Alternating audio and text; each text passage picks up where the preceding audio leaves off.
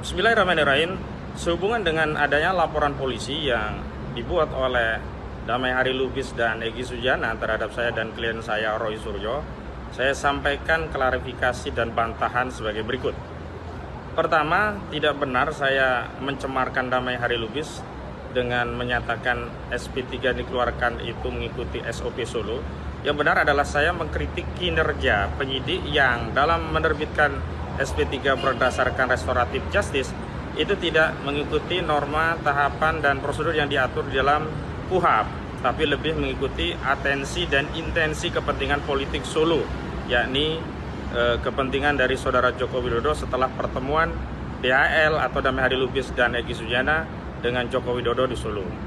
Kedua, adapun klien saya yang dianggap membuat pencemaran karena membuat analogi ada dua tuyul yang ketemu jin ibrit, itu sebenarnya adalah kritik terhadap klaim analogi Egy Sujana yang bertemu Joko Widodo, yang mengklaim itu adalah pertemuan Musa dan Harun yang ketemu dengan Fir'aun. Jadi kutipan itu juga merupakan tulisan panjang yang dibuat oleh Lukas Luarso yang memang membuat analogi pertemuan itu sebagai pertemuan antara dua tuyul yang ketemu jin ibrit. Dan adapun soal pengkhianatan, saya pikir siapapun akan sependapat bahwa orang yang meninggalkan kawan-kawannya yang berjuang lalu menghadapi lawan perjuangan dan membuat komitmen sepihak dengan meninggalkan kawan-kawannya yang sedang berjuang, itu disebut sebagai pengkhianat. Jadi saya kira semuanya adalah fakta, dan kalau tidak fakta tentulah tidak ada pemecatan terhadap Kurniatri Royani, juga tidak ada pemecatan terhadap Rizal Fadilah, Rustam Effendi, dan sejumlah aktivis TPUA oleh Egy Sujana yang sebelumnya mengkritik kedatangan Egy Sujana bersama Damai Hari Lubis ke Solo. Demikian, mudah-mudahan dapat dipahami.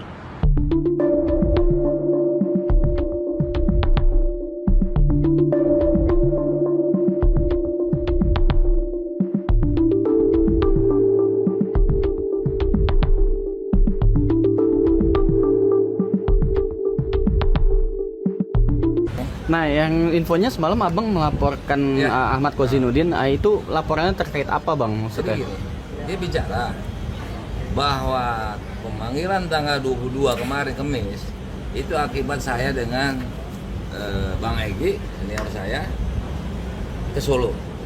Ya, itu jangan peristiwa yang Solonya saya udah sampaikan mungkin ya, kalaupun mau nanti di luar ini ya, karena mau dampingin ini. Dia bilang itu gara-gara saya ke sana inilah makanya dipanggil 22 orang itu hasut itu namanya. Ya kan? Hasut. Kenapa? Namanya seseorang atau subjek hukum itu sudah dilaporkan menjadi tersangka. Tentu kan ada jadwal-jadwal agenda pemanggilan. Ya kan? Kok bisa-bisa dia nuduh kami gitu loh. Ya kan? Ini akibat itu. Ya kan? Nah, jadi gini loh. Saya sebagai orang yang tersangka yang merasa tidak patut jadi tersangka, saya kan boleh berjuang untuk mencabut status SK itu dengan SP3. Kebetulan ada wadah namanya restorasi, pemulihan hak saya, ya kan? Kok dia nggak mau hargai itu keberhasilan saya, ya kan? Atau nggak usah lah, nggak usah pro, ya kan? Saya objektif aja atau diam. Kok dia komentari hal-hal seperti ini? Dia seolah-olah ini perjuangan saya juga cacat hukum, ya kan? Karena dia sebut juga KUHP, menggunakan KUHP Solo. Itu juga nggak ngerti ya. Nah, itu mungkin pengembangan. Yang jelas tadi tuh kerugian moral saya adalah dia menyatakan gara-gara saya dan Egy ke Solo, ya kan? Walaupun dia sudah tahu, ya kan? Kan bisa dia lihat, ya. Nah, dan satu lagi, hukum itu terkait KUHP ya, itu terkait dengan dengan restorasi itu ada di dalam undang-undang. KUHP itu kan undang-undangnya, itu semua orang dianggap tahu, itu teori hukum ya, dianggap sudah tahu, itu nama teorinya fiksi hukum atau presumsi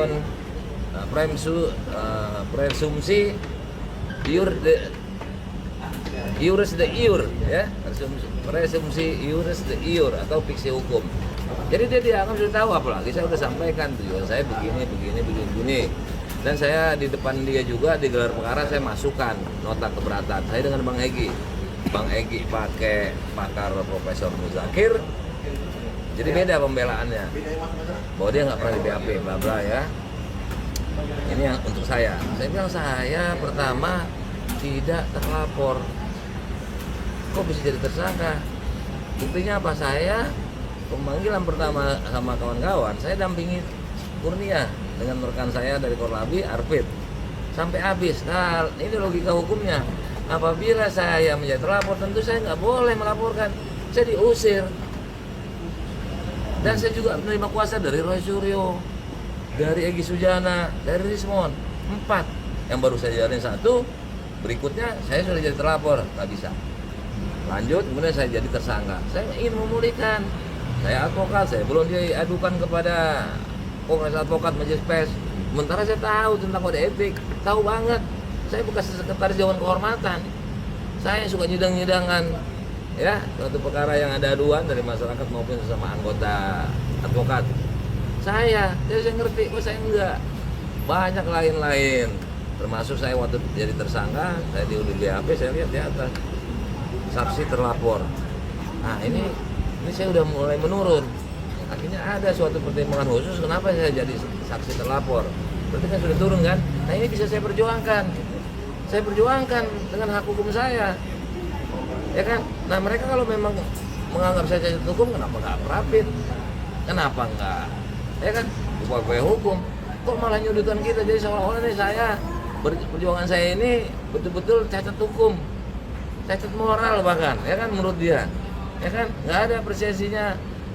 Ya apakah bukan karena dia nggak mampu, ya kan, membantu klien untuk berupaya seperti saya bebas, ya kan, jadi dia malah marah. Saya nggak ngerti, maka dia nanti dia jelaskanlah, ya kan. Nah nanti jelaskanlah di depan penyidik hak hukum dia untuk menjelaskan oh begini. Nah ya kan. Nah, ini kenapa saya dulu juga nggak mau tampil apa, karena ada perintah dari Bang Egy calling down. Mereka tampil terus. Ya kan, terakhir marah dipecat. Kenapa nggak ajak-ajak? Ya orang nggak mau nurut. Bahkan sudah ada yang dipecat, kok dia panggil diajak musyawarah? Ya kan, membangkang semua.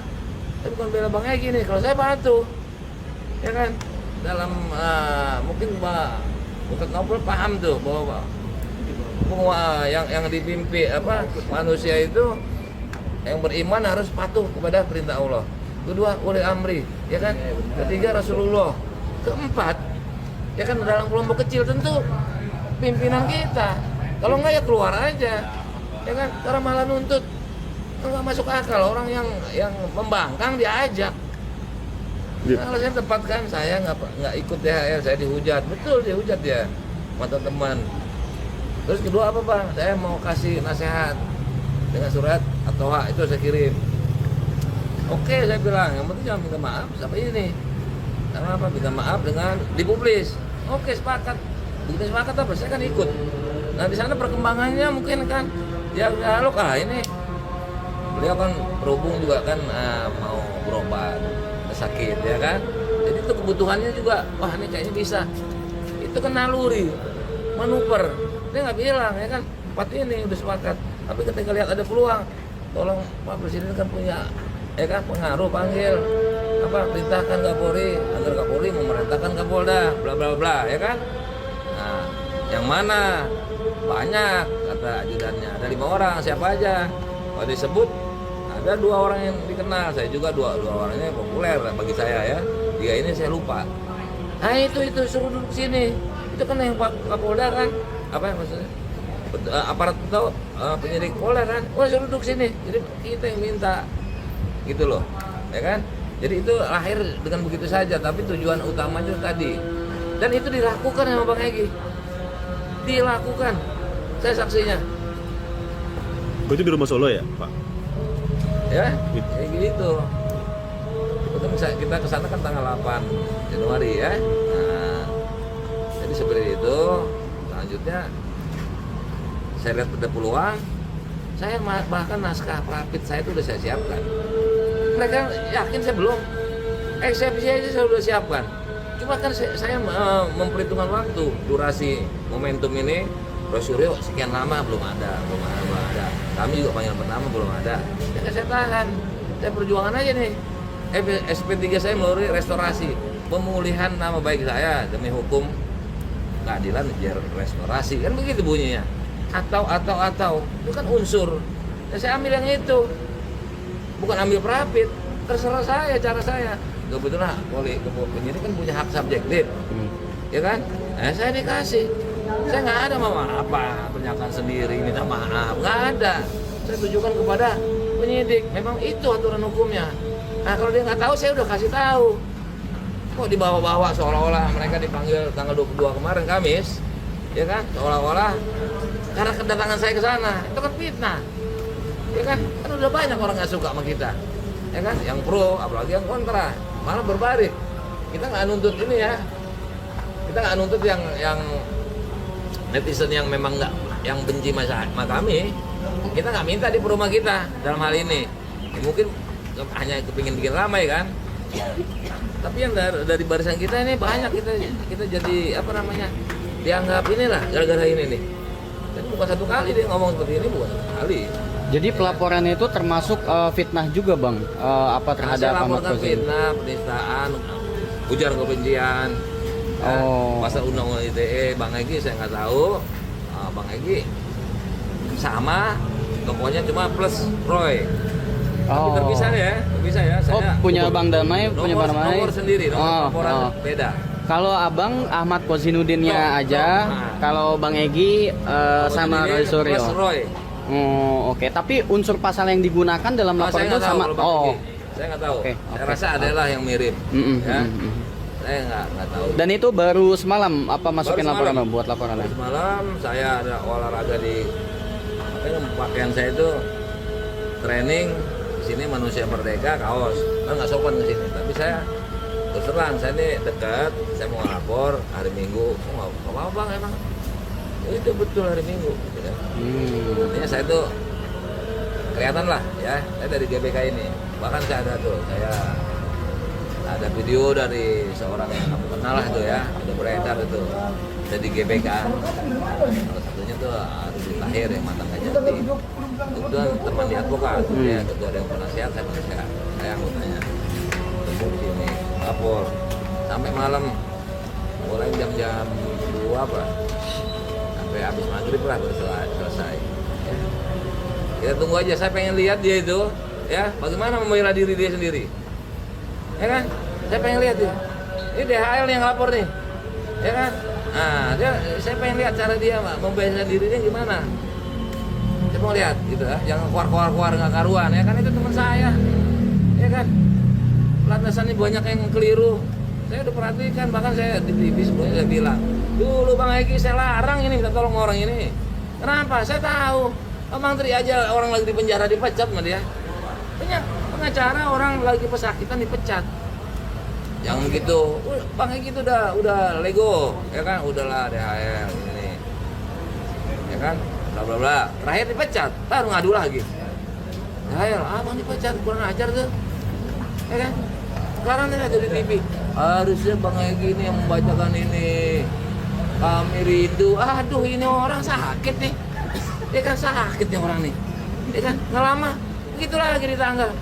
Ini gara-gara penyebabnya adalah gua laporin kayak gini. Biar orang tahu ya.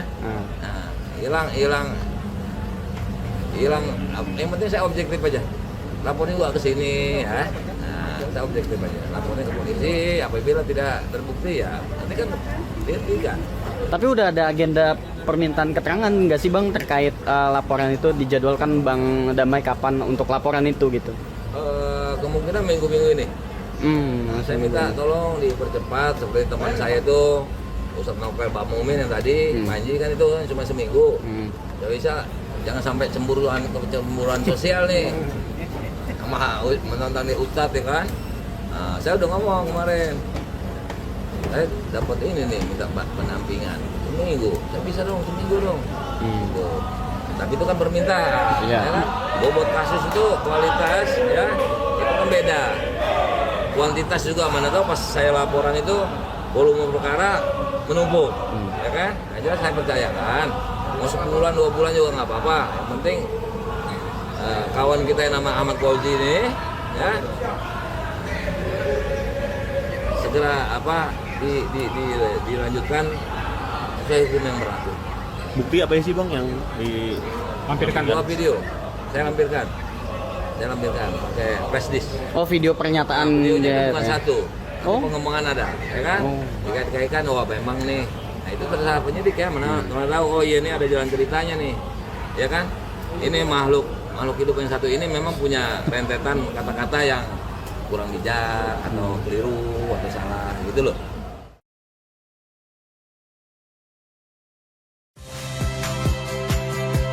Saya Priska Clarissa. Saksikan program-program Kompas TV melalui siaran digital, pay TV, dan media streaming lainnya. Kompas TV, independen, terpercaya.